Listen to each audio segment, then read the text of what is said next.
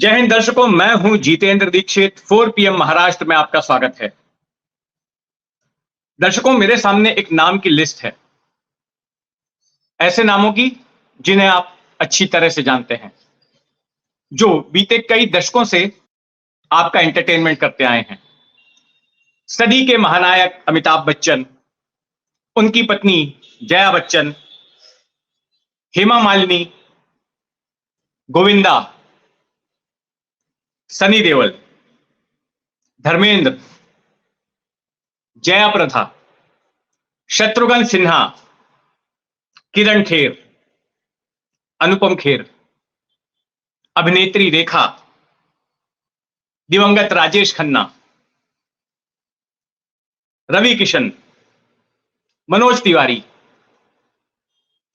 ये कुछ ऐसे नाम हैं जो कि थे तो मनोरंजन जगत के या मनोरंजन जगत से जुड़े हुए हैं, बॉलीवुड से जुड़े हुए हैं या फिर भोजपुरी फिल्मों से जुड़े हुए हैं, लेकिन इन्होंने राजनीति में भी अपनी किस्मत आजमाई और इन्हें तमाम पार्टियों ने टिकट दिया। इनमें से कई चेहरे लोकसभा और राज्यसभा के सांसद बने और कई तो अभी भी मौजूदा लोकसभा में सांसद हैं या राज्यसभा में मौजूद हैं। दरअसल राजनीतिक पार्टियां फिल्मी सितारों को टिकट इसलिए देती हैं, मैदान में इसलिए उतारती हैं, क्योंकि राजनीतिक पार्टियों को लगता है कि उनकी मास अपील जो है ज्यादा से ज्यादा वोटों को कैप्चर करने में मदद करेगी। इस तरह से पेश किया जाता है कि जैसे फिल्मों में ये लोग नायक सरीखे दिखाई देते हैं, जो बुराई के खिलाफ लड़ता है, जो बहादुरी दिखाता है, जो अन्याय के खिलाफ आवाज उठाता है, तो अपनी असल जिंदगी में भी ये लोग कुछ वैसे ही होंगे।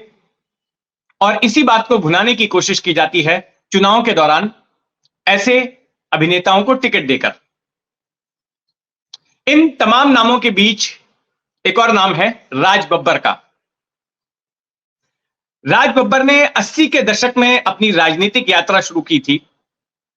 पहले उन्होंने जनता दल की सदस्यता ली, जनता दल से उन्होंने चुनाव लड़ा, फिर उसके बाद समाजवादी पार्टी में गए, समाजवादी पार्टी में उनका विवाद हुआ, फिर उन्होंने इंडियन नेशनल कांग्रेस ज्वाइन कर ली।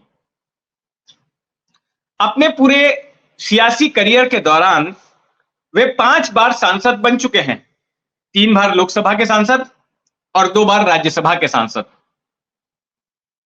और 3 अलग अलग पार्टियों से भी जुड़ चुके हैं। उत्तर प्रदेश कांग्रेस कमेटी के ये प्रमुख भी रहे। अब इनका नाम फिर एक बार उछल रहा है आने वाले लोकसभा चुनाव के लिए। जो जानकारी मिल रही है उसके मुताबिक राज बब्बर को Congress party north central Mumbai seat से टिकट दे सकती है। नॉर्थ सेंट्रल वो सीट है जहां पर इस वक्त बीजेपी से सांसद है पूनम महाजन, और जहां कांग्रेस की तरफ से संजय दत्त की बहन या सुनील दत्त की बेटी प्रिया दत्त चुनाव लड़ा करती थी। ये वो सीट भी है जहां कभी सुनील दत्त चुनाव लड़ते थे, जहां से सांसद चुने जाते थे डिलिमिटेशन के पहले। तो उसी सीट से राज बब्बर को टिकट दिया जा सकता है, क्योंकि मुंबई की जो तमाम 6 सीटें हैं उनमें से एक यही सीट ऐसी है जो कांग्रेस को लग रहा है कि निश्चित तौर पर उसके हिस्से आने वाली है, क्योंकि बाकी सभी सीटों को लेकर विवाद है। और ऐसे में राज बब्बर का नाम लगभग तय माना जा रहा है। हालांकि ना तो अब तक कांग्रेस की तरफ से आधिकारिक तौर पर इनका नाम बताया गया है और ना ही राज बब्बर ने इसकी पुष्टि की है। लेकिन कुल मिलाकर कांग्रेस आक्रामक तरीके से इस बार चुनाव यहां पर लड़ना चाहती है और उसके लिए ऐसे चेहरे ही ढूंढ रही है जो कि वोटों को खींच सकें। जहां तक सीटों के बंटवारे का सवाल है तो महाविकास आघाड़ी में विवाद जारी है। कई राउंड्स की मीटिंग हो चुकी है। पहले सेकंड रैंक के नेताओं की मीटिंग हुई, उसके बाद उद्धव ठाकरे शरद पवार और प्रकाश अंबेडकर खुद भी बैठे, कई घंटों तक बैठक चली, लेकिन अब तक कोई स्पष्ट फॉर्मूला निकल कर नहीं आया है। पेंच अभी भी फंसा ही हुआ है। जो तीनों घटक दल हैं, कांग्रेस, ठाकरे सेना और शरद पवार वाली एनसीपी, इसके अलावा जो चौथी पार्टी है वंचित बहुजन आघाड़ी, इन तमाम पार्टियों में इस बात को लेकर खींचतान चल रही है कि ज्यादा से ज्यादा सीटें लड़ी जाएं, और सीटों की चॉइस को लेकर भी, कौन सी पार्टी किस सीट पर चुनाव लड़ेगी उसको लेकर भी विवाद है। तो मामला पूरी तरह से फंसा हुआ है। जो हमारी जानकारी है उसके मुताबिक शिवसेना 20 सीटों पर चुनाव लड़ना चाहती है, इंडियन नेशनल कांग्रेस को 18 सीटें देना चाहती है और एनसीपी को 10 सीटें। अब इसमें पेंच फंसा हुआ है वंचित बहुजन आघाड़ी का।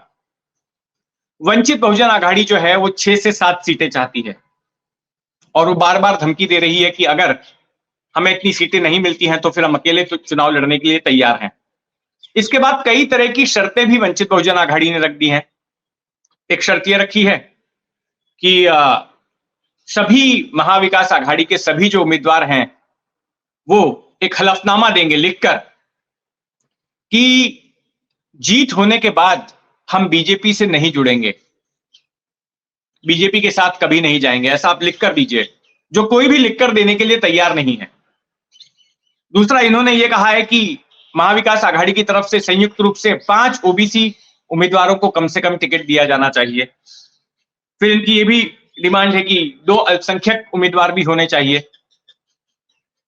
तो इस तरह की तमाम डिमांड्स हैं जिन पर की चर्चा होनी बाकी है, लेकिन उससे पहले सीटों के बंटवारे को लेकर बात हो रही है कि पहले यह तय हो जाए कि कौन सी पार्टी कितनी सीट लड़ेगी।